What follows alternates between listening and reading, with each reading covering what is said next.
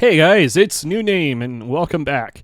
I am a RuneScape 3 player who about a year and a half ago got into playing a old school RuneScape account on the side.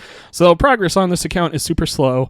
I occasionally do update videos, but today I wanted to give my opinion on the latest bossing drops that, I don't know, I was on Reddit watching old school RuneScape YouTube trying to understand more about this game, and I was watching stuff about the new bosses, specifically some drops from Yama and the Delve boss.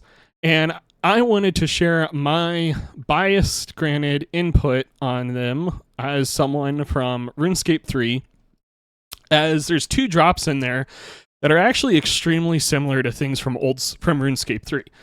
So specifically, I wanted to talk about the Surge Potion from Yama and the Demon Spade from the Delve boss. So if you don't know, here is the developer blog specifically for the Demon Spade. In our previous blog, they pitched the Spade. I basically, if you didn't know, this would like instantly harvest a patch.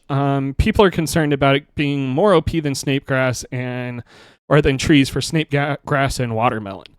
I think I think the design wasn't as OP as people think. Yeah, it gives a lot of XP, but I think the issue is that it was 100% like constantly got it. So if you don't know, in RuneScape 3, we have a item called a patch bomb. Let me pull it up real quick. So we have an item called a patch bomb, which instantly harvests an entire patch. So basically does exactly what that Spade does. That's also one of our skill cape perks, but more importantly, it's an individual drop. So by that, what I mean is like it's a one-time use and then you're done. I think they screwed up on the Spade. I think it would have been much better received if it had charges. So I think it should, when not charged, have the double harvesting, which is what they changed it to in this developer blog. So it doubles the speed at which you harvest. Yeah, and it can be equipped. You ask me, what this should do is, I think No Monkey, he was who I was watching, talked about it before, that the Delve boss where it's streaking, I believe that's what that boss is, I could be wrong, but the streaking boss, there should be some sort of like drop of charges, and I think they really missed out, and that should be used to charge the Spade. And that if the Spade is charged, then it fully clears the patch, but if it's not charged, it just doubles the speed.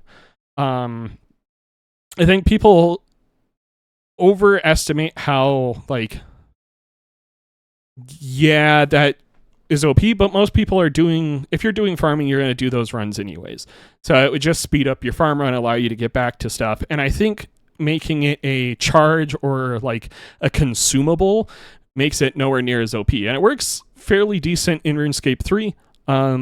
As a consumable, I think, it's much more in the spirit of old school RuneScape to make it a little harder to get by having to do the boss.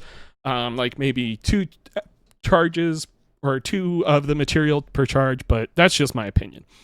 And then next, I wanted to talk about the Surge Potion, which is pitched as a drop from Yama. Let me see if I can pull this up. Surge Potion. So basically what this potion does is it restores 25% of your special attack energy and has a 5-minute cooldown before you can drink another dose. Now, okay, RuneScape 3 has a potion that is exactly like this, and it's called a adrenaline potion. And same thing, has a 5-minute cooldown. And honestly, what I was reading online is a lot of people think it's OP, super game-changing, and it is. I think that's way more game-changing than the Spade would have been. If you don't know, basically every single thing you do on RuneScape 3, you have to have what's called the Adrenaline Potion. Again, basically the equivalent of this Surge Potion. And otherwise, like, you're not being efficient. It is absolutely, like, necessary to do bossing on RuneScape 3. And I think, as much as people bitch about RuneScape 3, this is something to me that, as a RuneScape 3 player who's heard all the complaints from old school RuneScape players about RuneScape 3, this is something that, to me, dramatically changes stuff. I think the potion should increase the rate at which your special attack energy recharges. I think that's much more balanced. Because, I am, like, a layman, so I don't understand exactly, like, the energy fully on bossing, because I don't really have any bossing weapons, but I think the best example I could think of for this would be, it would allow you to do extra specs. So you can do, like, a 5th Dragon Dagger spec, or if you're doing you could do a Bando spec into a Warhammer spec, or I could be wrong, but it is a little game changing. Later down the road in RuneScape 3, these potions came into other things too. So, like, then you had a potion that shared the cooldown with it, where it doubles your health for a second, allowing you to just basically face tank certain mechanics instead of figuring them out. I think in the long run, the issue is it will affect how bosses are designed, because if you can spec a boss 3 or 4 times without teleporting out with, like, a defense reducing spec, then all the bosses are going to have a little bit higher defense. Or if you have a spec that lowers their attack, again, all of them are going to have slightly higher attacks, or whatever. You know what I mean? Like, later down the road, all of these bosses are going to be designed specifically around this potion. And I think, as a RuneScape 3 player, like, would it be a fun potion to have? Absolutely. I think it is. Its ingredients, to me, should be a little harder to get. I think it, like, on RuneScape 3, the Adrenaline Potion is, for example, a super energy potion combined with a papaya, and then you can upgrade it further with stuff you get from the wilderness. I think this should be something where it's added to, like, a what's it called? The spoilers on the skill tree. Why am I forgetting?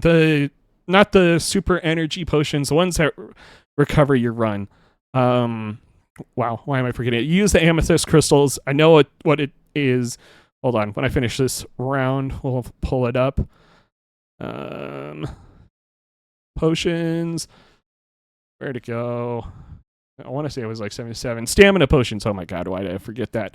But yeah, stamina potions. I think those are, like, it should be something you combine with a stamina potion.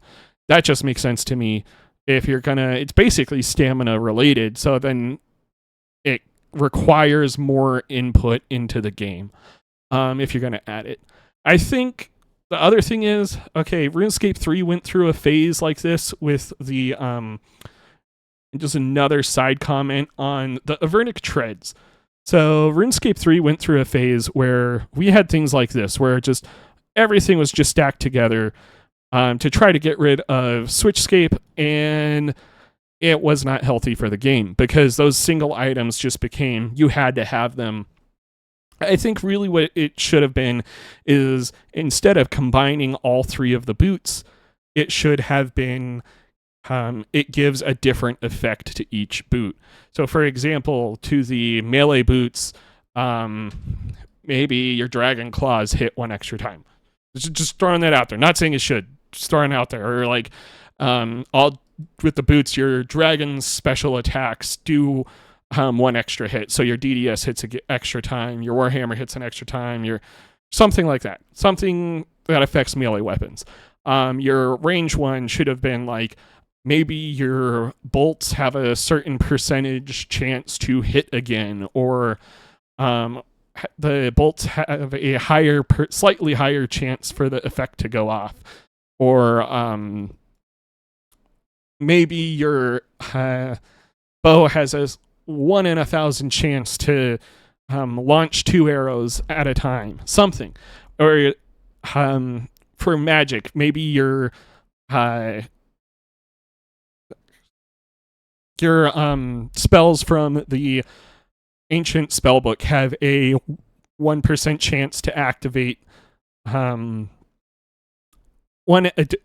chance to increase, or 1% increase to like their activation. So the healing is 1% better, or something like that. Something unique, like a unique ability, rather than just stats. It adds something to the game. It makes it so you're not just buying the one specific item, and it makes it so it's not just, oh, buy this because damage go up. Maybe it's buy this because it makes, in this case scenario, something slightly better. Or even like, okay, I think you should have had it. It's a missed opportunity as well, in my opinion, for continuing old school RuneScape, which to me has been its best thing, of reusing old gear. RuneScape 3 is bad at that, of they're just like, we don't care about old gear, it shouldn't be useful all the time, just what's done is done. And for a long time it really hurt the economy in RuneScape 3. So I liked old school RuneScapes. Okay, Torva is repaired with Bandos. The range gear is repaired with Armadil, or upgraded with Armadil, and that kind of stuff. I think for example, Yama as well. The armor where it's the slashing armor, I think they missed a chance of it should have been like either an add-on to Torva, or it should be something where it's like, okay, it converts your Torva. So you get Torva, and then it converts it, because then you would have to get 2 Torva sets, one for the one way of attacking, or the one for the other. Or maybe it could have changed it so, hey, it's slightly better for Crush, or you can change it so your kit is slightly better for slashing or stabbing, or whatever. I don't know, just throwing it out there.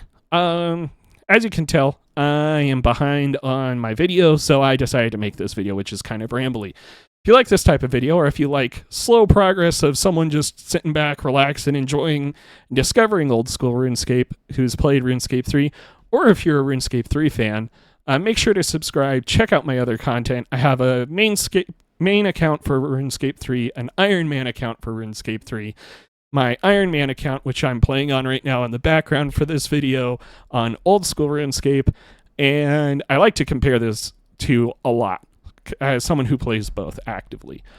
So if you like that kind of stuff, make sure to subscribe, give the video a like if you liked it, dislike it if you didn't, share down below what you think of my opinions, and I will catch you guys in the next one. Peace out.